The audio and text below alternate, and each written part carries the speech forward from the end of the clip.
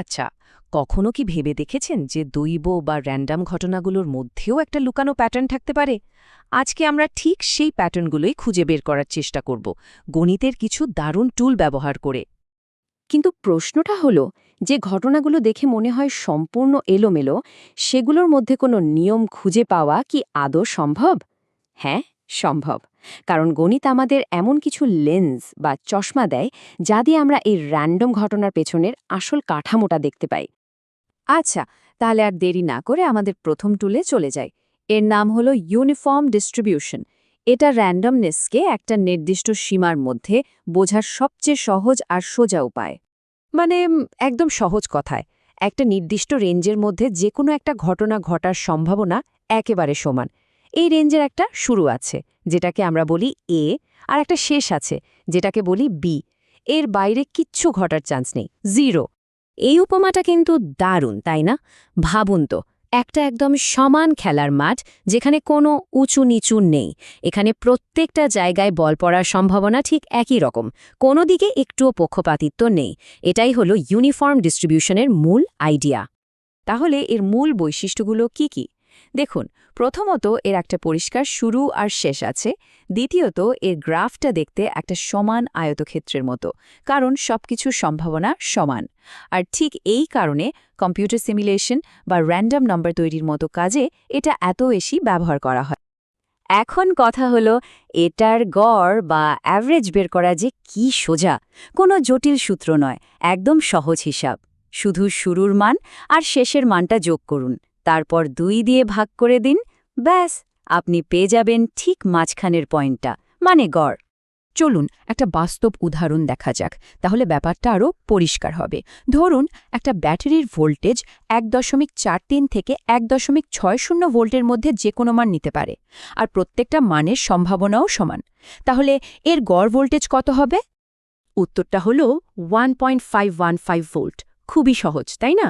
আমরা শুধু 1.43 আর 1.60কে যোগ করে 2 দিয়ে ভাগ করেছি, মানে ঠিক মাঝখানের মানটা বের করেছি।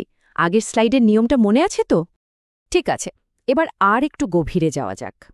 কি বলেন, যদি জানতে চাওয়া হয় ব্যাটারির ভোল্টেজ 1.48 ভোল্টের কম হওয়ার সম্ভাবনা কতটুকু, এটা কিভাবে বের করা যায়?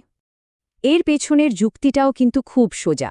আমাদের মোট রেঞ্জটা হল 1.43 থেকে 1.60 পর্যন্ত, আর আমরা জানতে চাইছি 1.43 থেকে 1.48 পর্যন্ত অংশের সম্ভাবনা।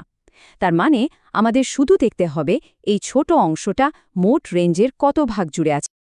আর হিসাবটা করলেই উত্তরটা চলে আসে 29.4%। দেখলেন তো, ইউনিফর্ম ডিস্ট্রিবিউশন জানা থাকলে এই ধরনের হিসাবগুলো কত সহজে করে ফেলা যায়। আচ্ছা, ইউনিফর্ম ডিস্ট্রিবিউশন তো গেল, এবার আসি আমাদের দ্বিতীয় টুলে। এটার নাম এক্সপোনেনশিয়াল ডিস্ট্রিবিউশন। আর এটা ব্যবহার হয় সম্পূর্ণ ভিন্ন এক ধরনের র্যান্ডম ঘটনার জন্য, যেখানে কোনো কিছুর জন্য অপেক্ষা করতে হয়। এই সংজ্ঞাটা একটু টেকনিক্যাল শোনাতে পারে, কিন্তু আসল ব্যাপারটা হলো এটা দুটো ঘটনার মধ্যবর্তী সময়কে বর্ণনা করে। এখানকার মূল শব্দটা হলো সময়। এটা কোনো নির্দিষ্ট রেঞ্জের মধ্যে ফলাফলের কথা বলে না, বরং সময়ের কথা বলে। এই উপমাটা বিষয়টা বুঝতে দারুণভাবে সাহায্য করে। ভাবুন, এটা একটা কাউন্টডাউনের মতো। কোনো ঘটনা খুব তাড়াতাড়ি ঘটার সম্ভাবনা অনেক বেশি, কিন্তু আপনি যত বেশি অপেক্ষা করবেন, সেই সম্ভাবনা তত দ্রুত কমতে থাকবে। ইউনিফর্ম ডিস্ট্রিবিউশনের সমান ফ্ল্যাট লাইনের থেকে এটা একদম আলাদা, তাই না? আর মজার ব্যাপার হলো, এটা আমরা কোথায় দেখতে পাই জানেন? আমাদের চারপাশেই। যেমন ধরুন, একটা এটিএমে দুজন গ্রাহকের আসার মাঝের সময়টা, বা একটা মেশিন খারাপ হওয়ার আগে কতক্ষণ চলবে, কিংবা একটা কল সেন্টারে দুটো ফোন কলের মধ্যকার ব্যবধান। এই সব কিছুই কিন্তু এক্সপোনেনশিয়াল ডিস্ট্রিবিউশন মেনে চলে। চলুন এটারও একটা উদাহরণ দেখা যাক। ধরুন, এক বন্ধুর ফোনের জন্য অপেক্ষা করা হচ্ছে, আর এই সময়টা এক্সপোনেনশিয়াল। এখানে একটা নতুন জিনিস আসছে, খেয়াল করুন। ল্যামডা বা ইভেন্ট রেট, যা হলো প্রতি মিনিটে 0.1। তাহলে প্রশ্ন হলো, গড়ে কতক্ষণ অপেক্ষা করতে হতে পারে? উত্তরটা কিন্তু অবাক করার মতো সোজা, 10 মিনিট।